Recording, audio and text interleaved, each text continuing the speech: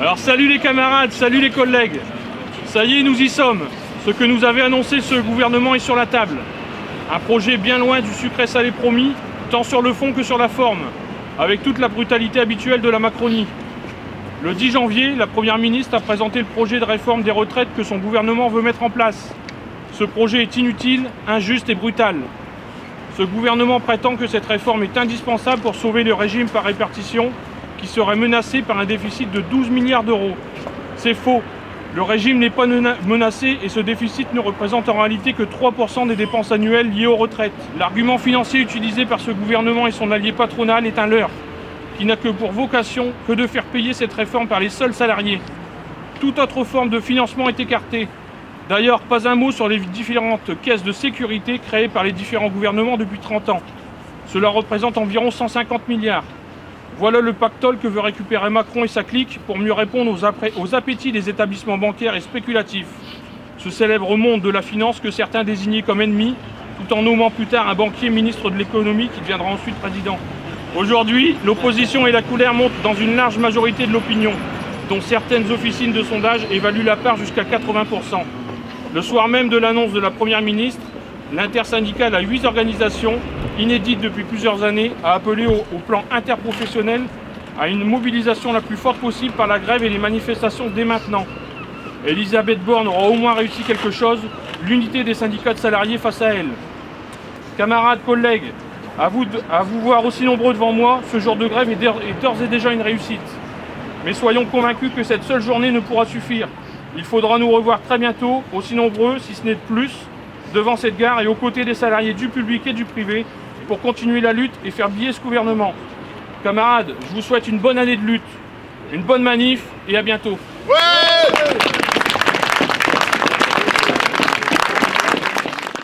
Dans les 5 ans à venir, moi je ne propose pas de décaler l'âge de départ à la retraite. Ça n'est pas juste et les sacrifiés, ce sont ceux qui ont aujourd'hui autour de 60 ans. Est-ce qu'il faut reculer l'âge légal qui est aujourd'hui à 62 ans? Je ne crois pas. Je ne crois pas pour 2 raisons. La première, elle est un peu directe, c'est que je me suis engagé à ne pas le faire. Je pense que c'est quand même mieux, sur un sujet aussi important, de faire ce qu'on a dit. Et la deuxième raison, c'est que tant qu'on n'a pas réglé le problème du chômage dans notre pays, franchement, ce serait assez hypocrite de décaler l'âge légal. Je veux dire, quand aujourd'hui on est peu qualifié, quand on vit dans une région qui est en difficulté industrielle, quand on est soi-même en difficulté, qu'on a une carrière fracturée, bon courage déjà pour arriver à 62 ans. C'est ça la réalité de notre pays. Et alors on va dire, non, il faut maintenant aller à 64 ans. Vous savez déjà plus comment faire après 55 ans. Les gens vous disent, les emplois c'est plus bon pour vous. C'est ça la réalité. C'est le combat qu'on mène. On doit d'abord gagner ce combat avant d'aller expliquer aux gens, mes bons amis, travaillez plus longtemps. C'est le délai légal. Ce serait hypocrite.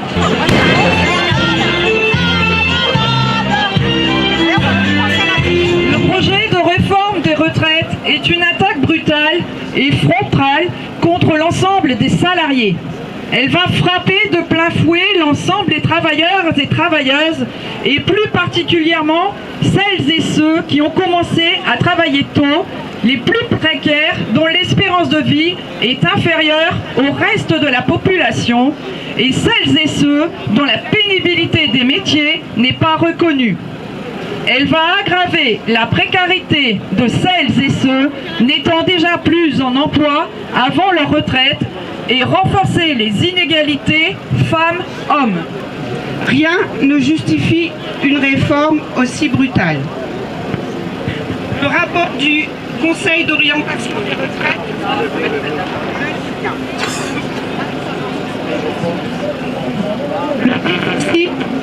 prévu dans les 10 prochaines années pourrait largement être doublé sans s'attaquer aux salariés.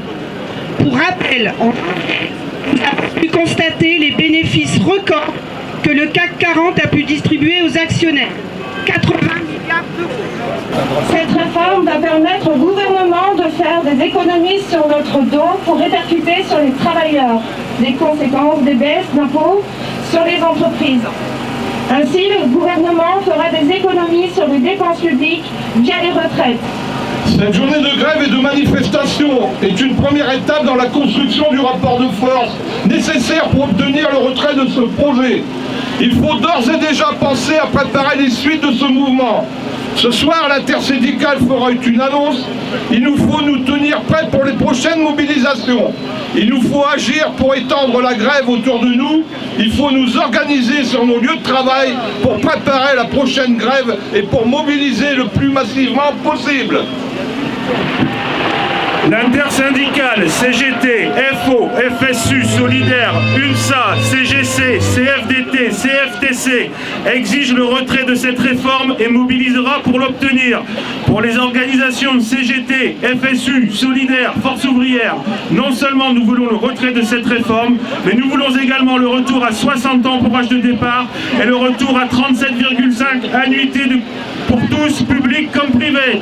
Alors, chers camarades, bonne manifestation à toutes et à tous. Cette journée continue. Il faudra continuer le combat. Est-ce que vous êtes chaud? Est-ce que vous êtes chaud? On n'entend pas.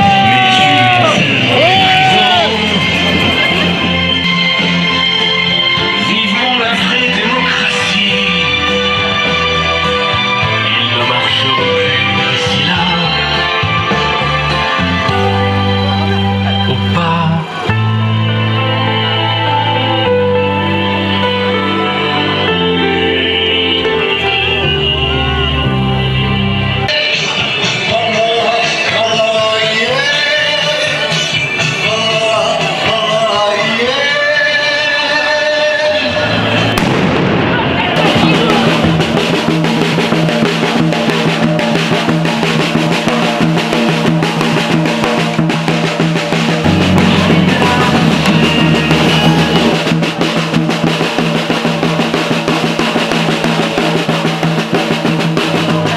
De son école primaire, il y a l'instinct du village.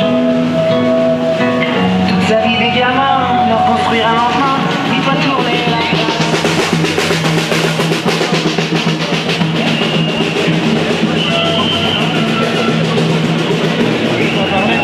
On voudrait juste pouvoir profiter de notre retraite, tout simplement. Comme vous voyez, retraite à 67 ans, l'espérance de vie d'une infirmière libérale, 77 ans, ça fait pas beaucoup d'années à profiter. Et dans quelles conditions surtout? Vous êtes sur Calais? Oui, Calais, Marc, qu'on reconnaisse la pénibilité de notre travail. Ok, merci. Ça fait vraiment du bien, franchement, ça fait plaisir de voir des milliers de personnes comme ça dans les rues de Calais. Comme je dis depuis tout à l'heure, hein, souvent les manifs, il y a 200, 300 personnes, toujours un peu les mêmes têtes, on serre la main en 5 minutes et c'est fait. Là, il y a énormément de gens que je connais pas et je suis loin d'avoir fait le tour. La queue, à mon avis, la tête de cortège va à mon avis arriver au théâtre, que la queue sera même pas encore partie, c'est juste délirant. Donc là, le message est clair au gouvernement, c'est retrait immédiat. Enfin, il faut même pas chercher. Il faut immédiatement retirer ça parce que c'est sûr, le conflit va durer, ça va s'installer. Il y a déjà des dates là qui sont annoncées pour renouveler le truc là. Donc là, c'est retrait immédiat. Il n'y a même pas de discussion possible. Et là, il y a tellement de têtes qu'on ne voit jamais dans les manifs qu'il est certain que c'est beaucoup de gens qui ne manifestent jamais ou très rarement. Donc c'est justement un signal fort pour dire que les gens n'en veulent pas. Et voilà, moi je suis né à Calais, j'ai jamais vu une manif aussi importante. Je pense que Fouad Calaisien, c'est unique, à mon avis c'est unique depuis des décennies. Il y a le groupe Respirer Calais qui est là, qui est présent, qui est là à chaque manifestation. Nous on est là. Moi je regrette beaucoup quand même que Natacha Bouchard prenne pas position. C'est-à-dire que là elle joue un double discours. Pendant la présidentielle, elle va bien être contente d'avoir le soutien du président Macron.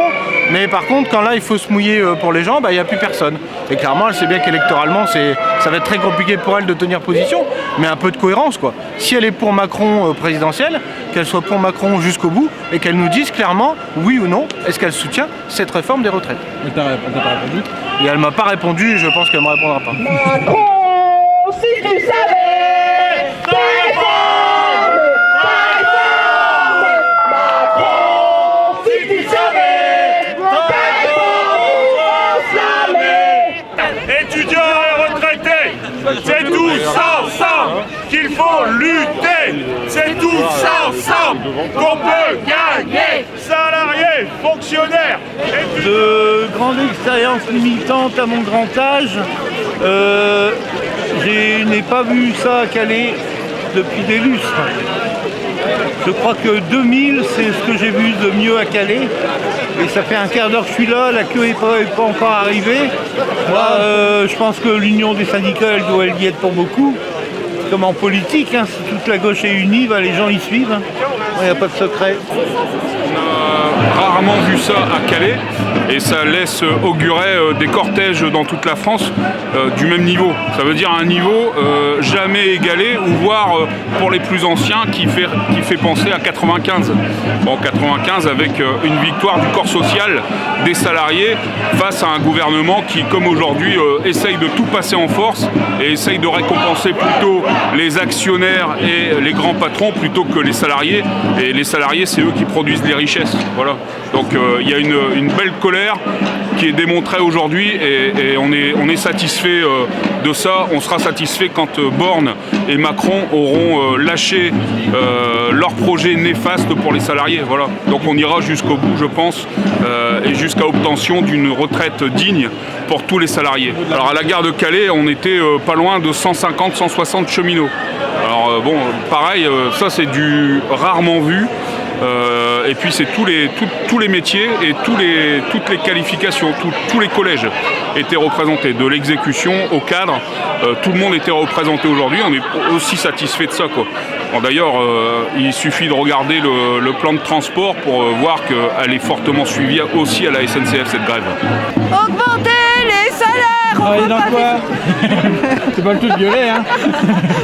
Tu travailles dans quoi? Ouais. Qu'est-ce qui fait que vous êtes là? Parce que je voudrais être mieux payée, que je ne vais pas finir ma vie au travail et mourir après. Je veux profiter, c'est tout. Et vous bossez dans quoi dans votre groupe du coup? Dans un centre d'appel. Ah, Armatis? Oui. Tu vois, t'assumes pas, hein, ça veut dire que t'assumes. Il y a du monde en manif d'Armatis? Oui. Oui, on est combien à peu près? On est tous éparpillés, une cinquantaine, oui. C'est rare que ça arrive ça en général? Oh, ça fait longtemps que c'est pas arrivé, ouais.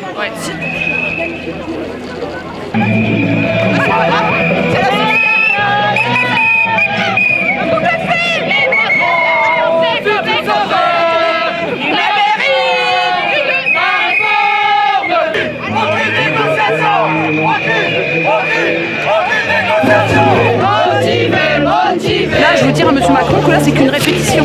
C'est une répétition du mouvement qui va se poursuivre. Et pas une seule fois. Ça va encore se poursuivre encore plusieurs journées. Donc, M. Macron, écoutez-nous bien. Cette répétition, franchement, elle est nickel. La prochaine fois, ce sera grandiose.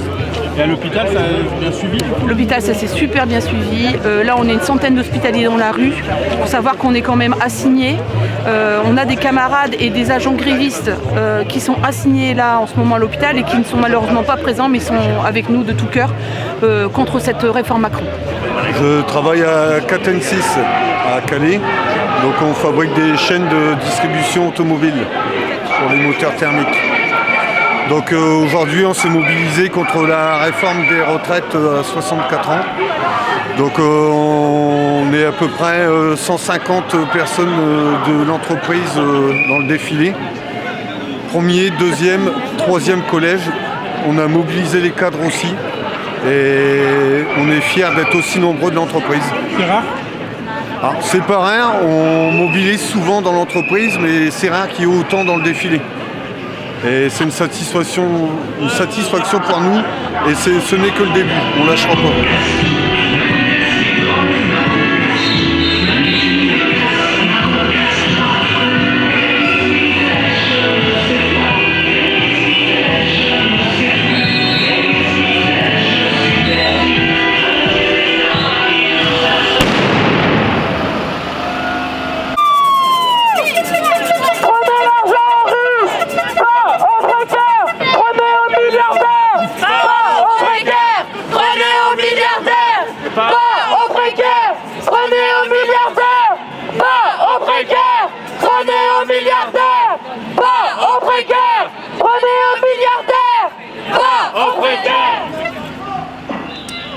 Les oreilles!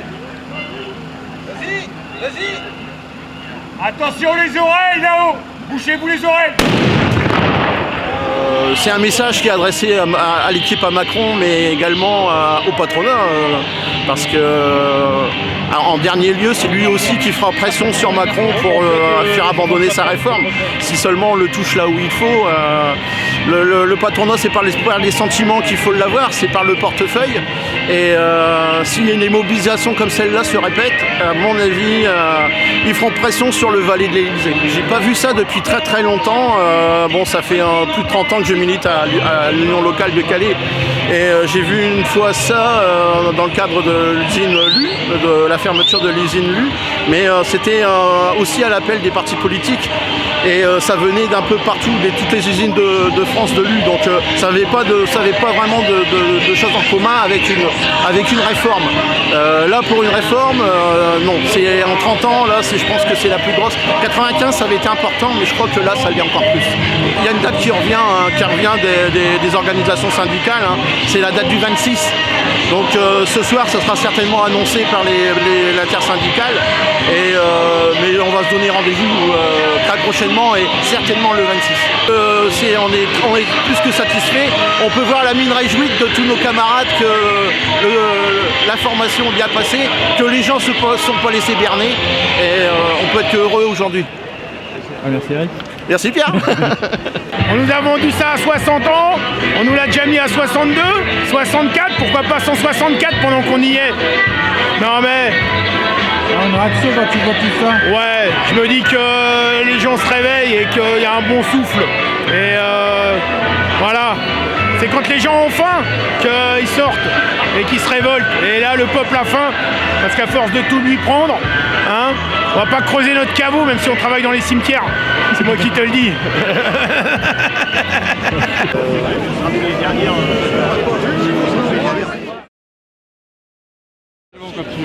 Alors un petit message pour notre cher président de la République. Là. Ça fait 3 ans qu'il nous promet une réforme pour la santé. 3 ans qu'il nous dit voilà, on va ouvrir des lits, il va prendre des mesures. Mais aujourd'hui, voilà, il passe la réforme des retraites. Il tente de passer la réforme sur les retraites, mais par contre sa réforme sur la santé, on attend toujours. Oui, on en est toujours au même point.